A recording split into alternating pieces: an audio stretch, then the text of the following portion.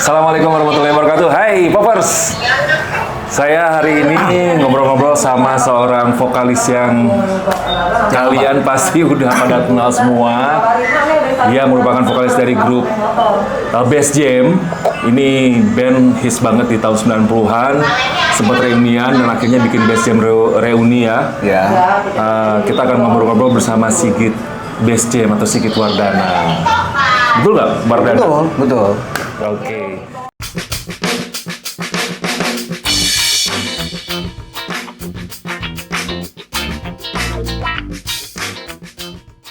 Apa kabar, Bro? Baik, Bro. Udah lama banget nggak ketemu lagi nih. Banget. Dulu ini pemain perkusinya Bass Jam. Bapak ini. Dulu ya. Zaman Zairia ya. Zaman Zairia. Oke. Git, sekarang gue pengen tahu tentang Sigit Wardana. Sigit itu siapa sih? Saya seorang bapak-bapak muda nggak ya? Muda lah, awet muda begini sampai sekarang nggak berubah mukanya. Apa nih? Gue siapa? Maksudnya gue mendeskripsikan gue sebagai siapa gitu? Sebagai ya, lo as a father, ya, as a musician gitu. Ya, gue seorang bapak-bapak, seorang musisi. Sedikit aktor juga gitu. Terus kalau sekarang sih gue lagi senang memproduce gitu, ngebantuin teman-teman yang lagi pengen bikin karya. Oh gitu. Pengen bikin karya untuk rilis lagu. Oh gitu. Oke. Nah, sebelum gua nanya ke seorang Sigit Wardana, ceritain dulu dong awal ketika lo akhirnya bertemu dengan teman-teman di Bass Jam. Itu gimana sih awalnya? Lu kan orang Bogor, kalau nggak salah kan ada sebagian Bogor, ada sebagian dari Jakarta. Iya. Ada Adon, ada Sigit nih, yang Bogor. Yang Bogor tuh sebenarnya kalau yang ini kalau personil aslinya ya, foundernya gitu ya. Oke. Berarti ada empat orang. Iya 4 orang. 4 orang gua, Adon, BS, sama Adnil. Gitu. Yang lainnya Jakarta. Ketemunya sebenarnya gimana ya? Kalau diingat-ingat lagi, ya. Waktu itu tuh jadi gini. Bokap gue sama bokapnya Sita dan Aris itu kerja di Jasa Marga. Oke. Gitu. Nah, ada satu momen yang mereka pengen si Jasa Marganya ini kalau nggak salah ya pengen bikin, ayo anak-anaknya karyawan, karena mereka punya band juga tuh, Jasa Marga itu punya band karyawan gitu ya. Nah mereka mau bikin, yuk dia kalau nggak salah 17-an gitu, mereka minta anak-anak karyawannya juga bikin dong gitu, bikin band nih, bikin band anak-anak karyawan gitu. Karena tahu gue ngeband di Bogor gitu, Sita malah tinggal di Jakarta kan. Ya udah akhirnya gue dihubungin bokapnya Sita, ngehubungin bokap gue gitu, mau nggak ikutan gitu. Ya udah akhirnya ikutan lah gue gitu. Gue ke Jakarta latihan sempat latihan, kita sempat manggung sama formasi cuma berempat kalau nggak salah. Ada satu lagi namanya Enya itu saudaranya Sita sama Aris juga, tapi juga bapaknya kerja di Jasa Marga juga. Enya tuh yang keyboard ya? Enya tuh gitar dulu. Oh gitar. Nah terus kita sempat manggung tuh. Kalau nggak salah formasi berempat itu gue sama Anya juga, Anya itu sepupunya Aris dan Sita. Jadi ada Anya, ada Enya. Nah itu dia, makanya gue ketuker. Ada Anya, ada Enya, Sita, Aris, gue. Oke. kita sempat manggung di acara 17-an di acara kantor itu. Gitu. Nah ternyata dari situ keterusan. Ternyata kita kok asik ya gitu. Kok orang-orang banyak yang bilang, yang nonton pada saat itu bilang bagus kok ini bandnya gitu. Kalian kayaknya kenapa nggak diterusin aja gitu. Ya udah deh kita pikir ya juga ya yuk kita coba yuk gitu. Ada lagi manggung berikutnya gitu sampai akhirnya kayaknya kurang personil ya gitu. Kita mau nambahin personil. Nah terus masuklah Adon sama BS. Karena waktu itu belum ada pemain drum memang. BS tuh main drum. Terus karena lagu-lagunya waktu itu kita bukan lagu-lagu top 40 juga. Kebanyakan lagu-lagu top 40 terus kayaknya kurang kalau cuma satu vokalis. Jadi akhirnya kita perlu satu orang vokalis yang karakternya suaranya beda ya gitu. Akhirnya dikenalin sama Adon gitu.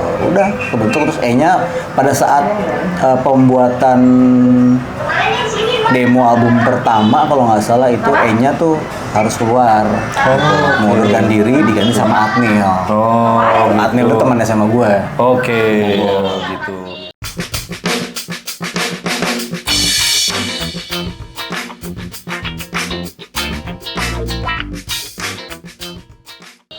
Kata Base Jam itu dari Jasa Marga? Bisa, jadi jamnya itu punya arti jasa marga juga, tapi juga bisa jadi artinya jam session sebenarnya karena BASE-nya kan nama-nama personelnya tuh BS, Aris, Anya, Adnil, Adon, S-nya Sigit, E-nya gitu. Oh tadinya begitu. Itu tahun 2000 berapa tuh? Itu tahun 80, 90. 80 bro masih SD bro. 94 ya 94. Tapi gila ya ketika lu keluarin album Base Jam itu langsung dar. Ya alhamdulillah sih. Ya alhamdulillah ya. Itu ada faktor apa aja? Apa memang pada saat itu lo memberikan corak musik yang berbeda dari musik-musik yang pada saat itu muncul, band muncul, itu gimana? Jadi kan sebenarnya prosesnya dari mulai kita bikin sampai punya album itu ada sekitar 1 tahun lebih lah gitu. Jadi kita mau dulu, terus akhirnya sampai di satu titik yang kita bikin demo yuk, bikin lagu sendiri yuk gitu.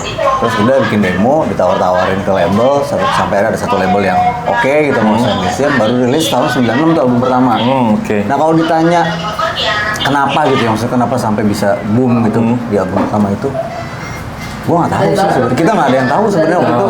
Artinya kita saat itu ngerasa lah kita bukan siapa-siapa, terus nggak tahu juga masuk studio aja baru pertama kali gitu.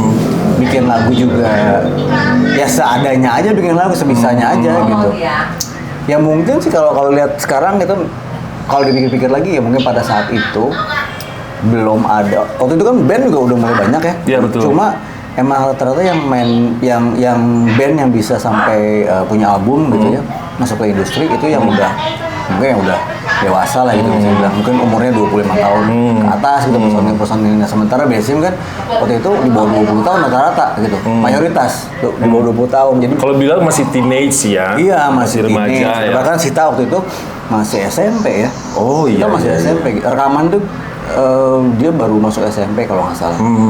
Gue SMA, Adnil SMA, Aris juga SMA, Anya SMA pada saat itu. Iya, berarti memang lo kasih warna lain dan momennya pas ya. Mungkin karena emang kalau dipikir-pikir lagi juga setelah itu baru tuh mulai ada band-band yang personelnya anak-anak muda gitu. Setelah Base Jam ya. Kalau tadinya kan tadi gue bilang itu ya, pada saat itu kan band yang gede kan Slang ya udah ketahuan umurnya gitu ya. Terus Dewa udah ketahuan umurnya, Gigi, Java Jive, Kahitna. Nah biasanya itu anak-anak semua. Tapi abis itu baru mulai tuh banyak tuh band-band yang isinya anak-anak muda. Oke.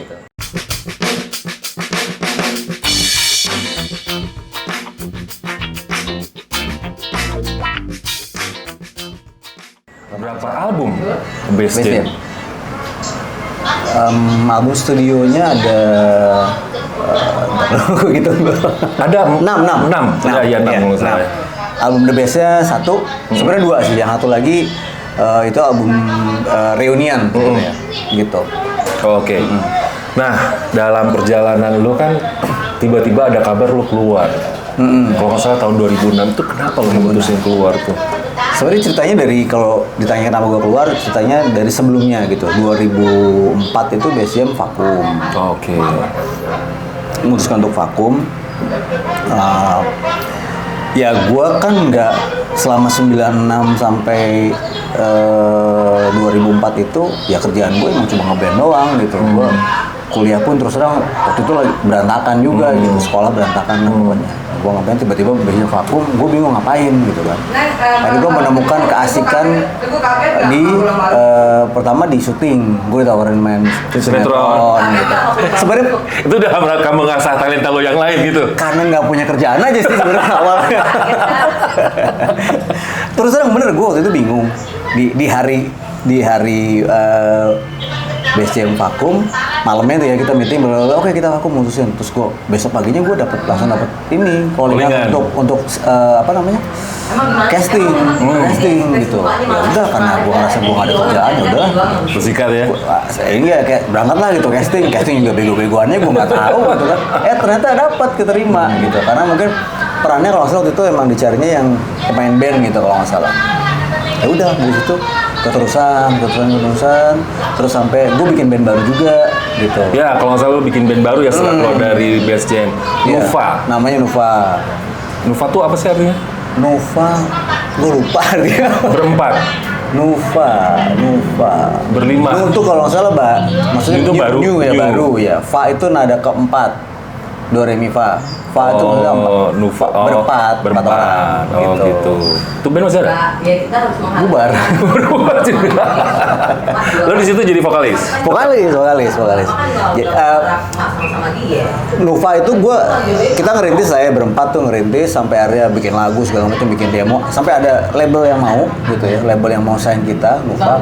Nah pada saat udah sign, tiba-tiba teman-teman di BSM ngajakin untuk ayo balik lagi yuk, mulai lagi yuk gitu. Gimana tuh? Nggak enak kan? Pusing dong. Itu dia, gue ngerasa gue lagi nge-build band ini bareng-bareng sama teman-teman baru gue gitu ya, di Nova. Tiba-tiba biasanya mau balik lagi, mau jalan lagi. Gue ngerasa nggak fair aja pada saat itu gitu. Gue mikir ya udahlah, ini mungkin waktunya gue untuk buat gue ya gitu. Mungkin waktunya gue untuk ngejalanin apa yang gue pengen dulu aja nih gitu. Gue pengen tahu nih si band ini, si Nova ini, band baru ini gimana jalannya. Ya udah, akhirnya gue bilang ke teman-teman BSM, gue nggak ikut ya gitu, gue mundur ya. Ya udah, itu BSM jalan terus, gue sama Nova, terus Novanya bubar. Waduh.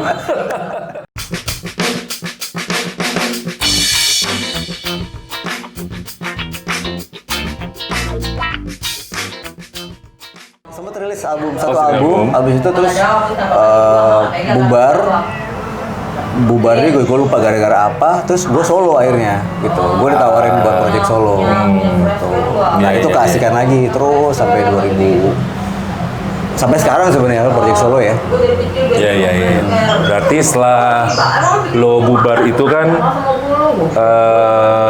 maksudnya band lo si Nuva bubar, akhirnya lo kan punya keasikan sendiri untuk bikin solo lagu lo kan ya? Iya. Gitu. Nah akhirnya ada momen lo akhirnya balik lagi ke Base Jam. Iya. Itu momennya gimana sih? Apakah memang anak-anak Git balik lagi dong, kita ngeband lagi deh gitu, atau lu yang nawarin, guys, gue balik lagi dong. Jadi sebenarnya dalam perjalanan gue solo sampai ke balik lagi ke BSM, itu kan waktu solo ya, solo gue rilis single gitu, sampai bikin album juga. Gue promo kesana kesini, manggung kesana sini sendiri. Tapi pasti pertanyaan tetap ada gitu, BSM-nya kemana? Gitu. Atau misalkan kok nggak ngumpul lagi sih BSM-nya gitu kan. Minum Amer. Nah itu sempat gue obrolin sama Aris kalau nggak salah.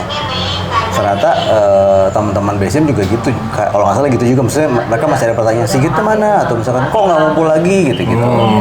Nah sampai akhirnya ada momen waktu itu ada festival yang band-band 90-an itu lah pokoknya. Nah itu sebenarnya momentumnya yang mereka justru yang nawar, kalau nggak salah seingat gue mereka yang nawarin, mau nggak BSM main di acara ini tapi reunian gitu. Ya udah dihubungin yang lain yang bisa cuma gue sama Adnil pada saat itu. Ya udah, itu momentumnya kali ya, sampai akhirnya dibikin project Bass Jam Reunion 2015 itu. Tahun 2015 itu berjalan sih beberapa tahun gitu. Nah dari situ sebenarnya gue sendiri gue ngerasain bring back the memory gitu ya. Maksudnya kayak gue udah lama nih nggak ngeband yang ya gue solo, gue pakai band juga gitu, gue punya band pengiring juga. Tapi maksudnya itu cuma sekedar band pengiring biasanya gitu ya, yang seklop-klopnya tetap aja itu band pengiring, bukan band gue gitu. Nah begitu gue sama Bass Jam, ini kan gue bener-bener dalam satu lingkungan yang kita tahu semua dari awal gitu, band yang memang kita bikin bareng-bareng dari awal, jadi kayaknya udah apa ya, ya udah santai aja gitu maksudnya.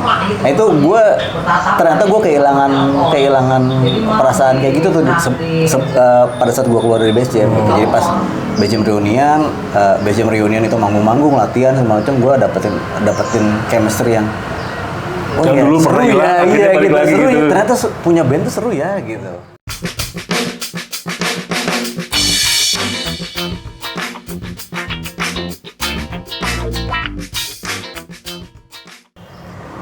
Sampai akhirnya di 2019 Mas Adon resign dari Bass Jam. Gitu.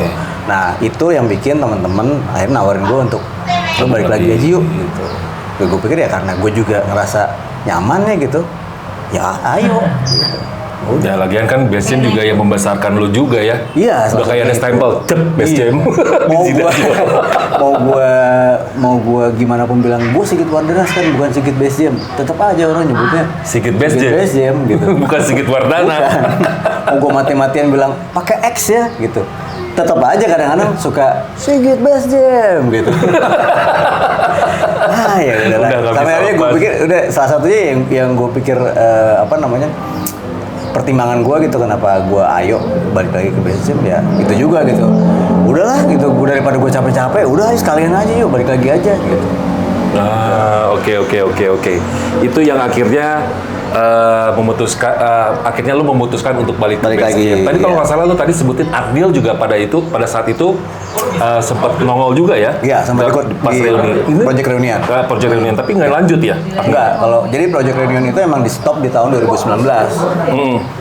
Emang di stop di tahun 2019 karena pada saat itu kalau nggak salah teman-teman Bass Jam itu mau ada plan bikin single baru apalah gitu-gitu ya. Jadi reunionnya di stop gitu. Nah tapi pas mau jalan terus Adonnya malah resign. Jadi emang Project Reunion itu Project Bass Jam aja itu tanpa reunion ya sebenarnya nggak ada gua dan Adnil gitu. Lo ada kesulitan nggak ketika lo gabung dengan Bass Jam saat ini ada personil yang baru? Sebenarnya yang baru banget adalah Alvin sebenarnya, vokalis yang pengganti gua dengan dia kan sebenarnya. Kalau yang main gitar gantinya Adnil tuh Oni. Kan waktu gue masih di Bass Jam tahun 2000, dia kan dari tahun 2002 apa 2003 gitu udah ada, jadi gue udah kenal juga. Gitu. Bahkan album solo gue juga ada beberapa lagu yang musiknya yang produce Oni. Gitu. Jadi nggak terlalu sulit. Secara pertemanan pun sama Alvin juga nggak sulit. Justru yang sampai sekarang aja gue ngerasa kita masih cari formulanya adalah pembagian vokal sebenarnya sih.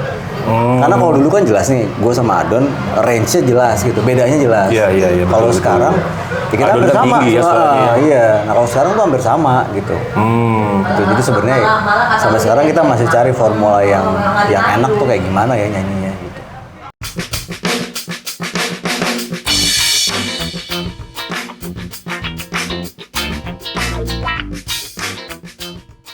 Nah, balik lagi. Lu tadi bilang lu main sinetron. Pada masalah saat lu lagi gue ngapain ya gitu ya. Nganggur gitu kan. Nah, sinetron itu masih berjalan nggak sih sampai sekarang? Sebenarnya gue nggak pernah. Kalau gue lihat dari artikelnya banyak banget lu mainnya sinetron, FTV. Iya lah, namanya juga ini. Tapi masih sampai sekarang. Sebenarnya gue nggak pernah menyetop syuting-syutingan. Cuma emang kemarin pas pandemi itu, gue tuh kayak nolak syuting sih emang. Oh gitu. Karena gue sempat sempat parno lah gitu di awal-awal pandemi tuh bener-bener gue nggak mau keluar rumah, jadi tiap ada callingan syuting gue tolak-tolakin. Nah itu ternyata efeknya adalah sampai sekarang gue nggak ditawarin syuting lagi jadi. Tolong dong temen gue nih, ini bagus lo actingnya lo. Tapi ya mungkin ini apa namanya, gue mikir ya udah kali emang cukup sampai di situ aja kali ya gitu karir gue di acting gitu ya, karena kan ternyata abis 2019 gue balik ke Base Jam gitu. Base Jam juga kita komit untuk jalan lagi, bener-bener serius jalan lagi, nggak cuma sekedar begitu aja gitu. Jadi ya cukup menyita waktu juga sih. Seberapa komitmen teman-teman Base Jam untuk ngejalanin Base Jam yang saat ini?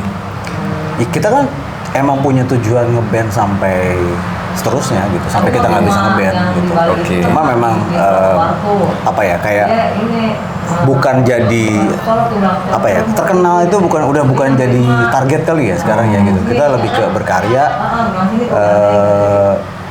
apa namanya, ngebanyakin manggung kayak gitu sih. Oke. Tetap berkarya gitu, tapi maksudnya nggak kalau rilis tuh pengennya lagu ini harus jadi hits, harus jadi ini, udah nggak begitu sih sekarang.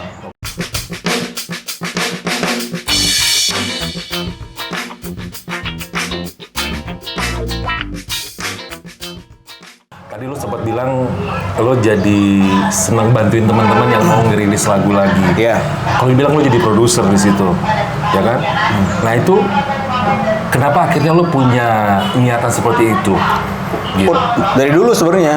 Oke. Gue dari dulu emang gue suka mikir gini, kalau gue nggak ngeband, kalau mau jadi musisi gue mau jadi apa ya gitu. Nah akhirnya gue punya pikiran, kayak gue pengen kerja di label deh, di label musik. Gue nggak bisa jauh-jauh dari musik gitu. Ya udah, terus kesampaian di tahun 2017 kalau nggak salah. Ada satu label baru, gue nge-develop label itu, gue jadi A&R di situ.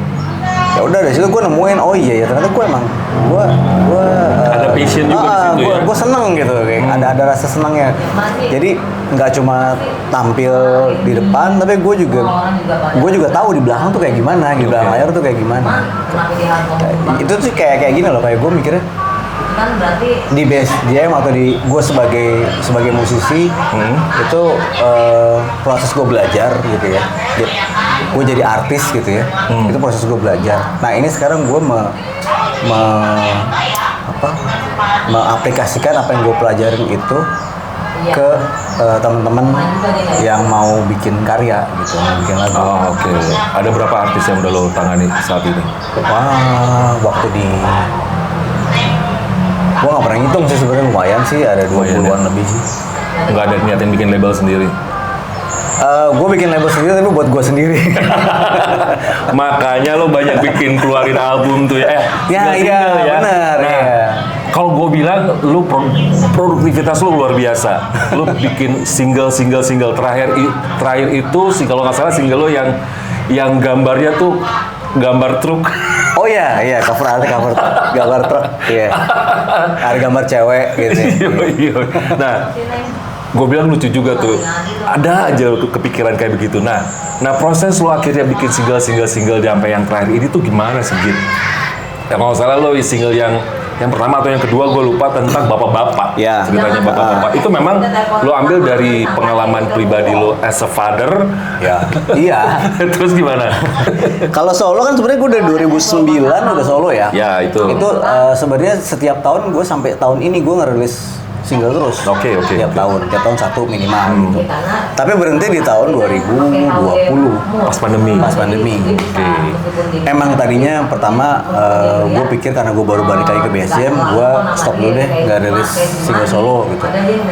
Plus pandemi juga nggak ngapain akhirnya.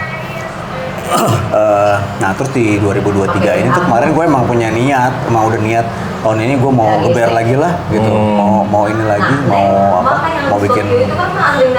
mau rilis single lagi gitu. Terus gue ketemu sama partner gue bikin lagu, produser gue juga gitu. Dia akhirnya kita bikin konsep beberapa lagu, jadilah sebenarnya lagunya jadi banyak gitu yang kekumpul. Jadi akhirnya endingnya nanti lagu-lagu yang gue rilis tahun ini adalah jadi mini album, di bulan November nanti mau dirilis.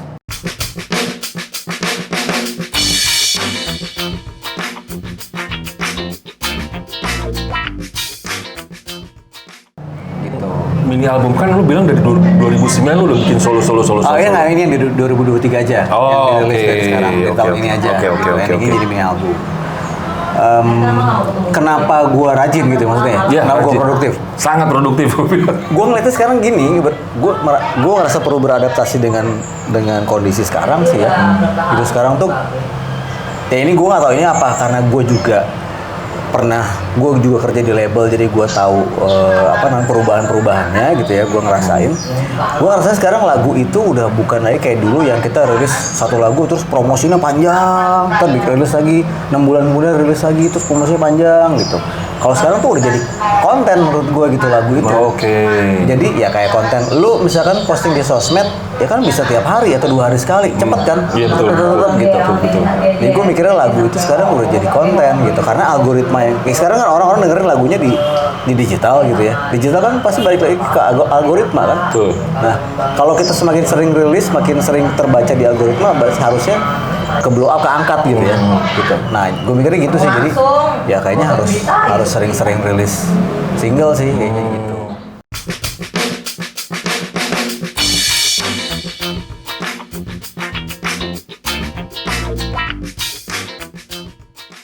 Setelah lagu yang single yang terakhir tuh, yang ketiga, bukan terakhir sebenarnya, lo pasti ada rencana lagi dong. Ada. Berapa bulan sekali lo akan ngeluarin 2 single? bulan sekali. 2 bulan sekali. Wah, luar biasa ya. Gila lo ya. Tapi sebenarnya gini, ini gue bocorin triknya. Asik. Enggak sih. Mungkin orang lain juga ada juga yang ngejalanin ini, cuma triknya sebenarnya kalau buat gue adalah gue ngerjainnya sekaligus di awal, sebenarnya tinggal rilis aja. Oh, lo udah Gitu. numpuk tuh lagu. Iya. Jadi kerja gue dan partner gue nggak berat gitu.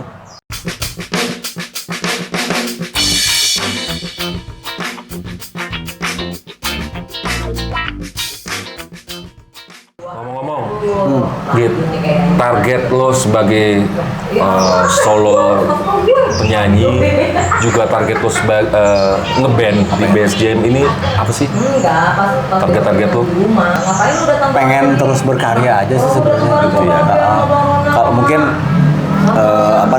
kalau gua nggak bisa, kan kalau di BSJM kan kita ngeband nih gitu. Ngeband kan berarti misalkan ada 6 kepala di situ, pasti perlu ya berunding apa segala macam, diskusi segala macam, terus juga nyocokin jadwal masing-masing. Nah, kalau itu misalkan ada kendala di situ, gua mungkin akan lari ke solo gua gitu. Gitu-gitu sih, kok di-combine aja sih maksudnya. Yang penting terus berkarya aja buat gua. Atau misalkan gua kolaborasi sama penyanyi lain atau musisi lain gitu, bisa aja. Jadi buat gua sih pengennya terus rilis karya aja gitu.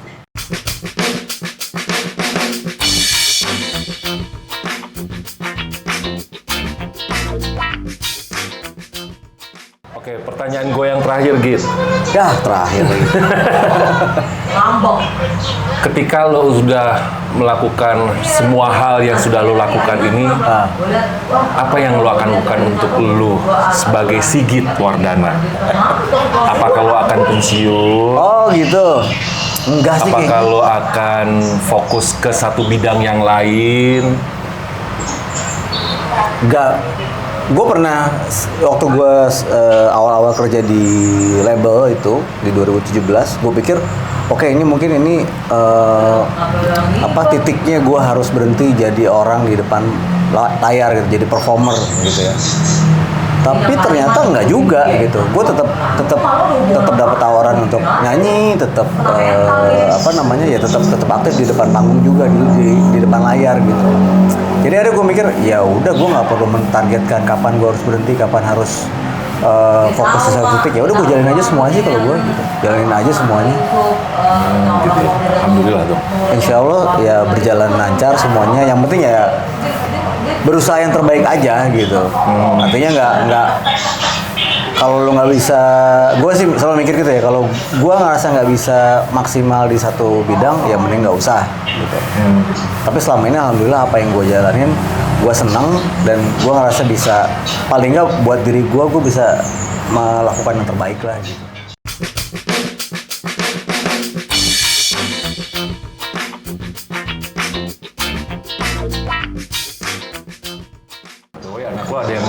ada yang nurun ke lu nggak? Apa nyanyi? Nyanyi. Atau yang bidang seni? Anak gue yang gede itu dia kalau musik lebih ke penikmat aja, tapi dia ini jago gambar. Gitu. Seninya mungkin ke situ ya, ke gambar ya. Kalau yang kecil sih, nggak tahu nih kan masih kecil ya, masih 3 tahun menuju 4 tahun. Dia suka nyanyi dan gue dengar kalau dia ngikutin lagu, nadanya udah bener nih. Ngecun gitu ya? Gitu, bener gitu. Bahkan lagu baru gue karena gue sering masang di rumah gitu, terus dia dengerin, terus dia bisa nyanyiin gitu. Di brainwash. Terus akhirnya Nempel, iya. Terus gue perhatiin, nadanya bener nih anak nih gitu. Ya gue nggak tahu sih nantinya dia akan ke musik apa enggak, gue nggak tahu. Cuma paling enggak itu perbedaannya itu, kalau kakaknya lebih ke gambar, kalau yang adiknya ini di umur segitu udah bisa nyanyi dengan cukup bener gitu menurut gue ya.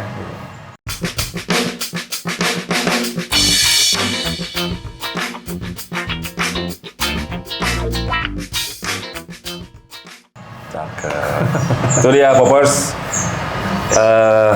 cerita dari Om Sigit. Pak Sigit ya. Pak Sigit beda banget. Kan bisa hidup bapak-bapak. Om Sigit yang mulai dari karirnya di Best Jam, terus akhirnya solo karir, sempat main sinetron juga. Seru. Kalau dibilang cerita hidup lo banyak banget ya bro ya. Iya, banyak ya. Iyalah. Alhamdulillah sih. Alhamdulillah banget. Pengalamannya ada aja gitu maksudnya.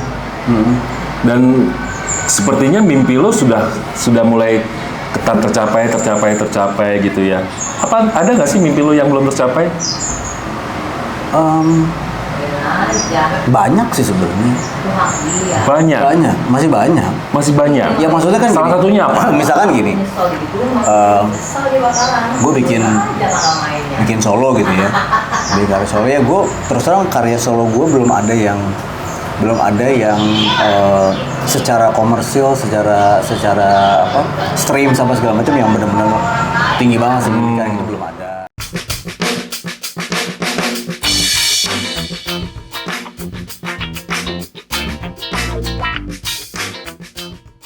Album gue rilis bulan November, judulnya November.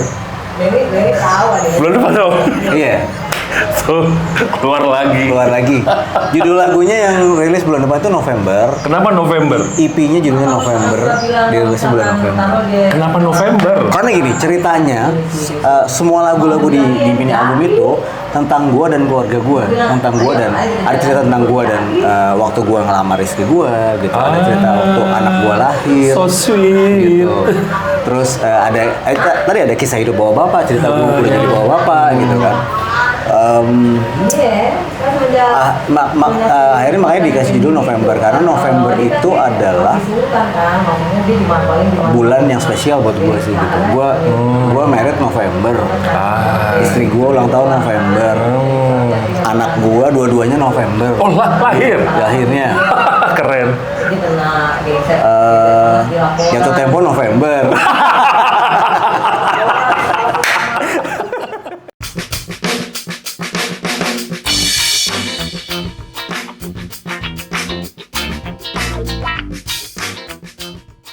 Git, aduh thank you banget Git. Sama-sama. Sudah meluangkan waktu buat ngobrol-ngobrol.